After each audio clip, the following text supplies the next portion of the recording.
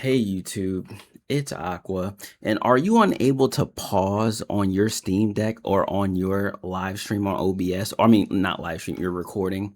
Well, I'm going to show you how to pause on your OBS because for some reason, if you don't change the settings, you're not able to pause.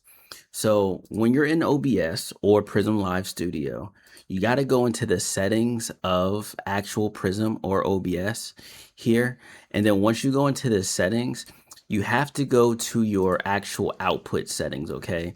And then once you go to output, you have to change your recording quality, not same as stream, but as high quality or just, indistinguishable quality. So like way better than high quality.